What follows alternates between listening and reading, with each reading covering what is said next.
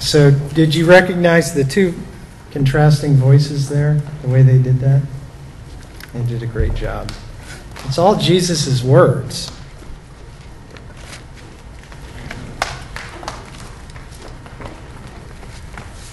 And it's good timing because what's happening, God does this all the time with our sermon schedule, is we're sending out Alex, and even Luke's here as well. We're sending out Alex to Japan, and we're sending him off. We're celebrating his taking on this mission. Luke's going to Guatemala soon, and the rest of you are here as well, for we're always on a mission. And in here, we have Jesus sending out the 12. Okay? And what he's doing in the two contrasting voices, and this is always in Matthew, we're challenged, okay? And then we're comforted. We're challenged and encouraged. Those are the two voices. Challenge, encourage, okay? And we have to relax in the tension that draws, okay? You felt, when Mary was speaking, you felt a little tense, and then Claudia would speak, and you'd think, okay. And that was great. They did a great job, and that's the way you can look at this scripture, okay? We need to relax in the tension of challenge and encouragement, okay? This is the yin and yang that all of us need, okay? We all need a pat on the back and then a kick in the seat, don't we? Sometimes we need a listening ear, and then sometimes we need an intervening mouth, right? A sympathetic hug and a get over it, okay? Any good boss is going to bring you into the office and say, his office and his or her, and say, you're doing a great job, but you could do better. This is what we need continually. We need to be challenged, and we need to be encouraged. So Jesus is doing both at the same time. Okay? We need to give and receive challenge and encouragement. This is verses 36 and 37. When he saw the crowds, he had compassion on them, because they were harassed and helpless, like sheep without a shepherd. Then he said to his disciples, the harvest is plentiful, but the workers are few. Ask the Lord of the harvest, therefore, to send out workers into his harvest field. Okay, we've got maybe not a mixed metaphor. We've got two metaphors here. We've got that they would be probably at least experienced in one and have knowledge of the other. We've got herding and we've got farming. Okay? These are the two metaphors. And the herding metaphor is to give us the truth that people need Jesus. Do you realize that you need Jesus? Yes. And then we look at other people and we think, how come they don't realize that they need Jesus? It's very clear to me that they need Jesus. I'm sure Jesus was walking around and he could see very clearly that they needed him. Okay? Kind of like when I was the other day, Noah and I were in the electricity aisle of Home Depot, looking in my face, looking like I had no idea what I was doing. And this electrician saw me, and he comes up to me and says, you don't know what you're doing, do you? And he said, I'm going to take care of you. And sure enough, he did, and was very fair. And it was an angel, because I was going to try to fix this light myself. It was hanging down in the eave. Dave even drove by and stopped and just kind of looked at me like, what are you doing messing with that? Jesus is looking at us and saying, like the electrician, you really need me. You don't even realize how much you need me, do you? And that's the evangelist's heart. is they just realize that everybody needs Jesus, and then they just want to create that need. Create that need. You know, if everybody's doing well, then you go with the, well, what's going to happen at the end of everything going well, okay? It just, they have that heart. They see that the harvest is plentiful. But do people realize they need Jesus? And, you know, that my take home from Dad's sermon last week was that people sometimes, when they get desperate, they do come to the place where they finally realize they need Jesus. But usually it's for something very specific. And so we have the lady who had been bleeding for 12 years.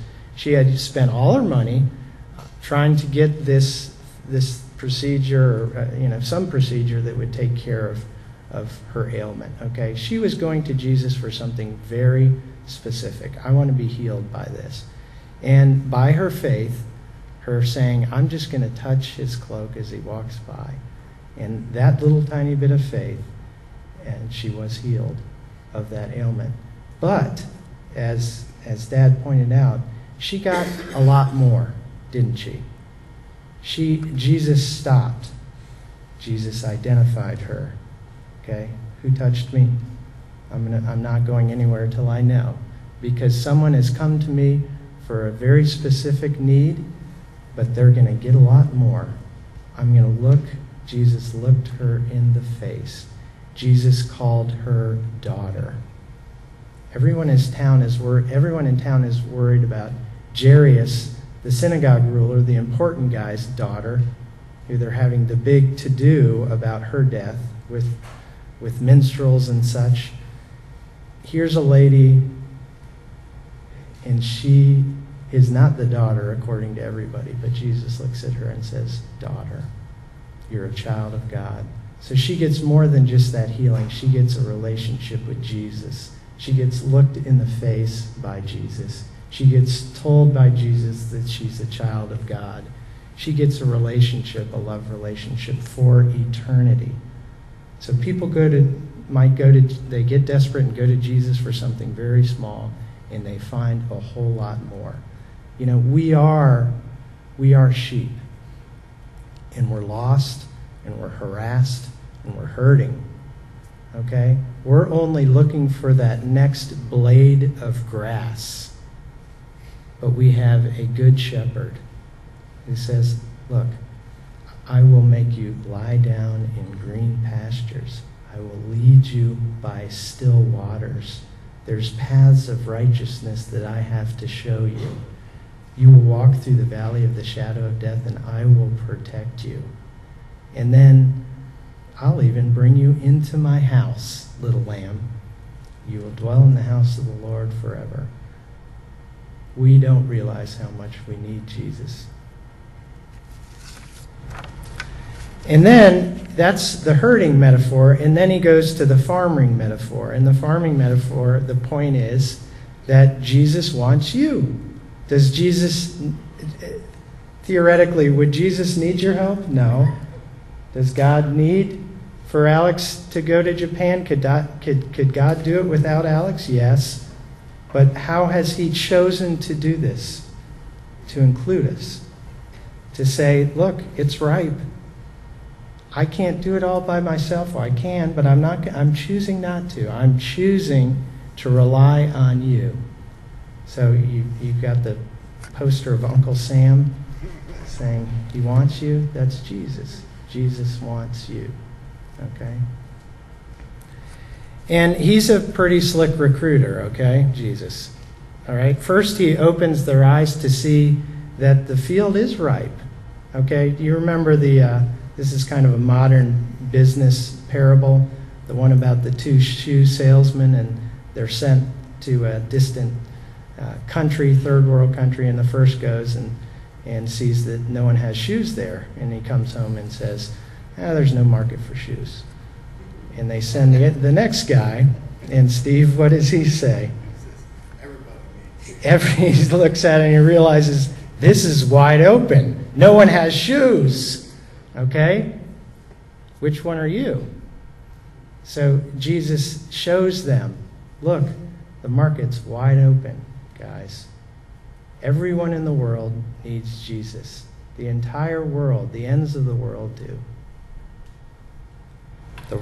It's ripe, okay? And then this is a slick body life move right here. He says, now that you see the need, go home and just pray that God would take care of that need, okay, right?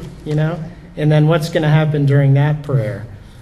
Dear God, I pray that you would send someone else into the harvest, and okay, I guess I should go, shouldn't I? Jesus is pretty good at body life, I'll tell you what. And we don't know how many disciples he pitched, okay, but he got 12, okay. we don't know exactly what his numbers are, but he got 12 takers. And you know what? He got Alex, didn't he? And he got Luke. And he got some others, okay? And he's sending them off. Alex is our fresh fruit because we have challenged him and encouraged him here. We've discipled Alex. And now we get the pleasure to celebrate in sending him off. He's going off to make disciples of all nations. Isn't that incredible? Jesus said, go make disciples that will make disciples that will make disciples, and so on, all nations. Just a little thought. Isn't it incredible? We're talking about fresh fruit. Isn't it incredible that God would have the idea of putting seeds inside of fruit? That's not a short-term vision, is it? Isn't that incredible? There's seeds in the fresh fruit that Alex is. And he's going to go Johnny Appleseed on Japan, okay? God puts seeds in fruit. What an incredible idea, huh? Now, Matthew 10, and this is obviously, as we were reading it, you realize this is a long passage, okay? And it's hard to, it's so rich. So what we're doing here, and this is the price you pay for walking through Matthew in a year. We probably should have done this 2 years, okay? But you've got to cover some ground sometimes. So what we're doing is we're doing a flyover over this chapter 10, okay? All right?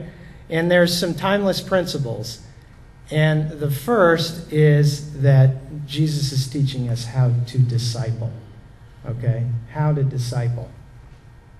This is verse 1. He called his 12 disciples to him and gave them authority to drive out evil spirits and to heal every disease and sickness. Okay, what have we been talking about? Authority. That's been our section ever since we were in the Sermon on the Mount, and then we went up. We skipped forward for Easter season, came back, and then chapters 8 through 9, really fun exercise is to get a group together, read chapters 8 and 9, and say, what does Jesus have authority over? And it's boom, boom, boom. He's showing his authority over all of these things. Now, how does that section end? It ends with him giving authority. He gives authority to these guys, okay? He doesn't give them before they're prepared. We just had the Sermon on the Mount where he showed them, he taught them, okay? He gave them understanding. He gave them theory. Then in 8 and 9, they walked along with him as he did these things. As he raised people from the dead. He healed. He preached the kingdom is here. And so he taught them, and he gave them an example. He walked them through on-the-job training, and now he's sending them out. Okay, so they're not unprepared. And then he says, this is verse 7, as you go, preach this message. The kingdom of heaven is near. Heal the sick, raise the dead, cleanse those who have leprosy, drive out demons. Freely you have received, freely give. Okay, this is all the stuff that Jesus was doing. He didn't give them a little tiny piece of authority and say, okay, I'm going to give you authority just to heal ailments, okay? And I'm going to save for myself the raising of the dead, the preaching, these other things, the authority over evil spirits. He gave it all to them. Everything he demonstrated authority, everything he had been given by God, he went and turned and gave to them. And so that is the principle, the truth of discipleship is everything that's been given to you, everything God has given you, everything the community has taught you, all these things that God has blessed you along your path, and all this wisdom that you've learned, give it away. Give it away freely. You know, Jesus says at the end of Matthew to the disciples, he says, go and make disciples. Okay? He doesn't say, go and make a second tier disciples, sub-disciples, who aren't quite to your level, but, you know, right underneath. He doesn't, Jesus isn't into pyramid schemes, okay, guys? All right? He wants you to bring everyone to the exact top. You're at the top, you're the disciples. Teach others to be at the exact same spot you are. Everything you've given, give away. Everything you've been given, give, okay? That's the principle that Jesus is talking about. That's what he's showing us as an example. You're not a success until you have a successor. All right? Another timeless principle, well, then what we're looking at, so we get that truth out of discipleship. Give as you've been given. Give everyone the authority that you have. Okay, don't hold back. I worked in human resources. That's what you have to, if you want to raise up a manager, you can't manage him or her. You've got to leave and let them manage for a while. Okay, go on vacation for a week and don't call. Put them in the situation, give them all the authority, okay? Otherwise, they'll never learn. You got to give it all to them. Give as you have been given, okay? As you train them up, of course. And then the second principles we learn, there's 3 in here, and that's about when you're going out, okay? So we talked about, here's how to disciple people, Jesus' example, and now Jesus is speaking to the people like Alex and Luke and the rest of us. They're going out into the world, because when we leave the doors right here, that's exactly what we're doing. All right?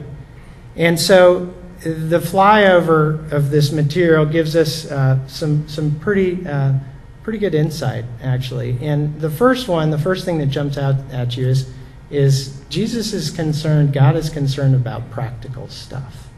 Okay? Isn't it wonderful that God is detail-oriented? Imagine if he weren't. Okay? I'm really grateful that God's got all the details. And he addresses, what's Alex and Luke's concerns, I know, because I've dabbled a little bit. You're worried about money and where you're going to stay. When we would go to the Beans, my biggest worry was, are they going to be at the airport to pick us up?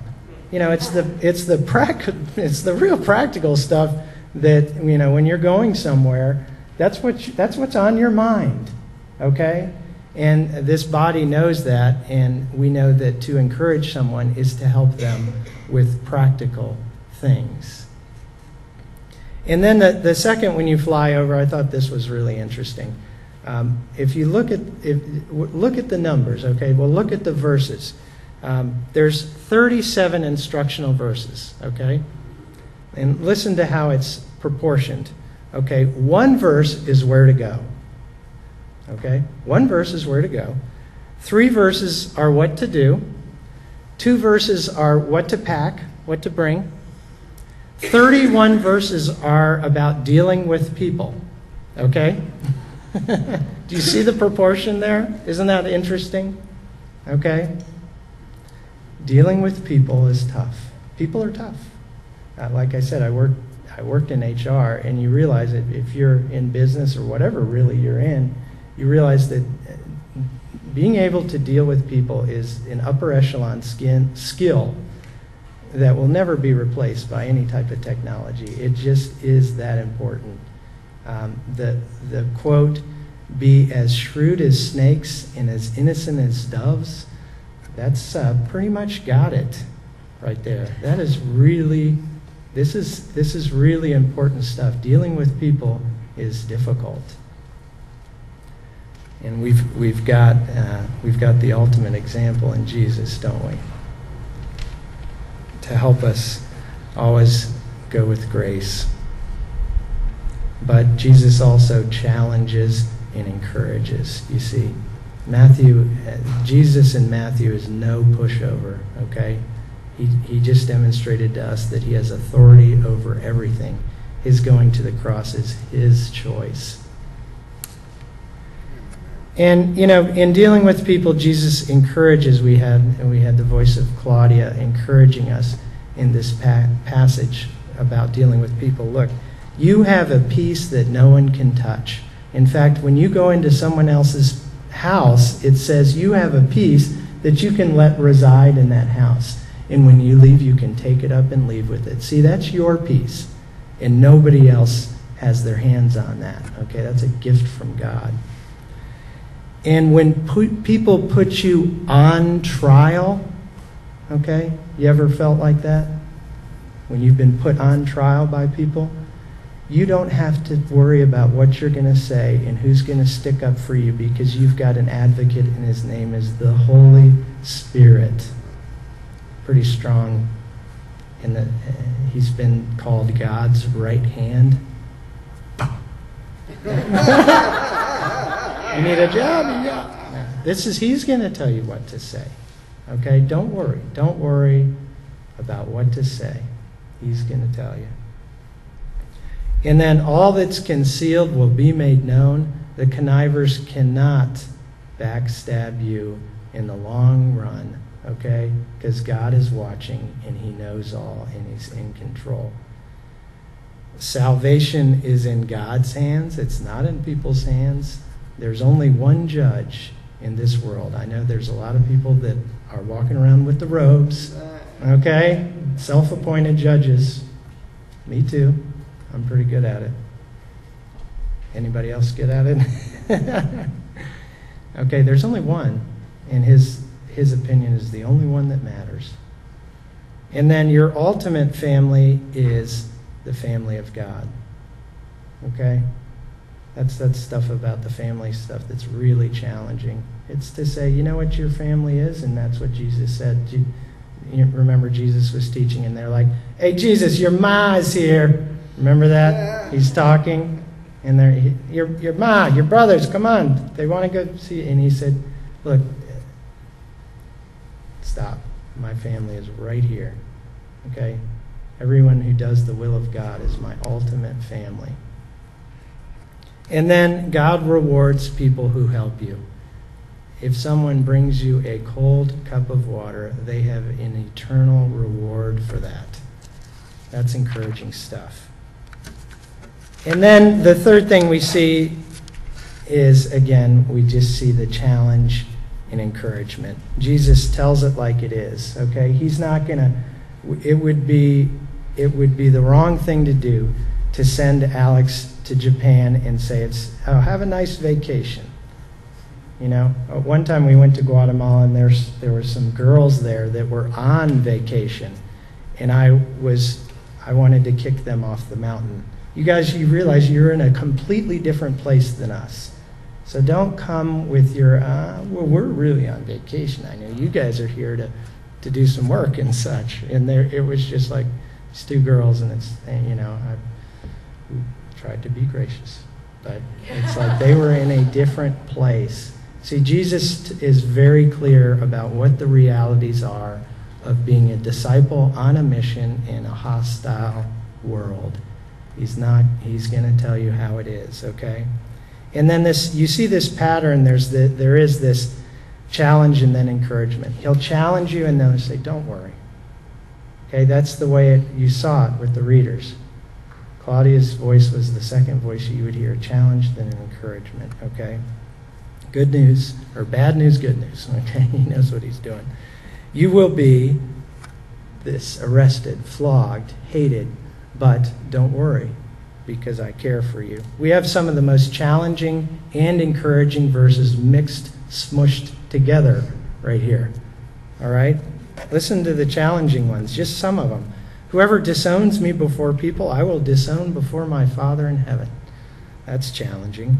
Whoever loves their father, mother, son, or daughter more than me is not worthy of me. Anyone who does not take up their cross and follow me is not worthy of me. Take up the means of the death of yourself, die to yourself daily to follow me. Anyone who doesn't do that, they're not worthy. And then we have some of the most encouraging passages. We have, his eye is on the sparrow. No sparrow dies without God knowing it. You know, no lizard gets stepped on without God knowing about it. Noah and his buddy from across the street were playing with frogs yesterday. That's pretty awesome. We had, when you walk outside, and I was telling them, now you got to be nice to those frogs, okay? Be nice. But when kids are outside playing with frogs, the life's good. We're doing okay. That's pretty cool stuff. God cares about those frogs. God, and how much more are you? How much more does He care about you? That's encouraging. He knows exactly how many hairs are on your head. And for some of you guys, your back too, if that will help you. Okay. So we need to, we can't just be coddled and we can't just be chafed. All right? We need to relax in this tension. We need to be challenged. Lyle, thank you, Lyle. Lyle comes in on Tuesdays and he makes it a point when we have lunch every week, and he challenges me. And sometimes he'll encourage me. I need that. We all need that. We need to give that and receive it, because that's what life is on a mission.